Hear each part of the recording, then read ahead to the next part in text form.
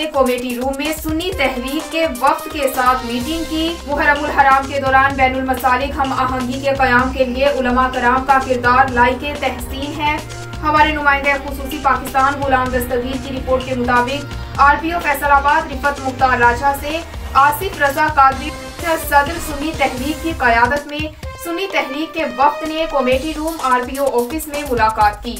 मुलाकात के दौरान मुहर्रमुल हराम में अमन व अमान के क़याम, बैनुल मसालिक, हम आहंगी और मुआशरे में एहसार और रवादारी को परवान चढ़ाने जैसे उमूर ज़ेरे बहस आए।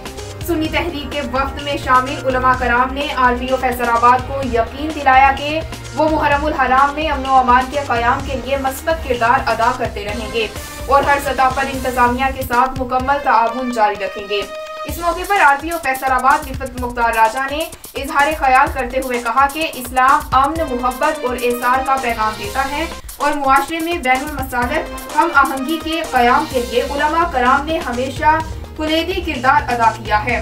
मुहर्रमुल हराम के अंदर अमन की फिजा कायम रखने के लिए इंतजामिया, पुलिस, उलमा कराम और अवामी नुमाइंदे एक पेज पर हैं, जो कि इंतहाई खुश आइंद है।